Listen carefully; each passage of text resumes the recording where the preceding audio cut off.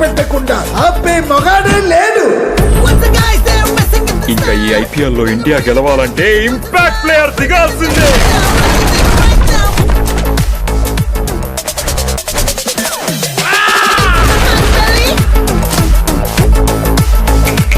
జగిలిపట్నం SI reporting sir. Once upon a time CBI officer అనుకున్నావు కదా, FBI SBI కూడా కాదురా. మరి చెప్పాను కదరా, ఇంపార్టెంట్ క్యారెక్టర్.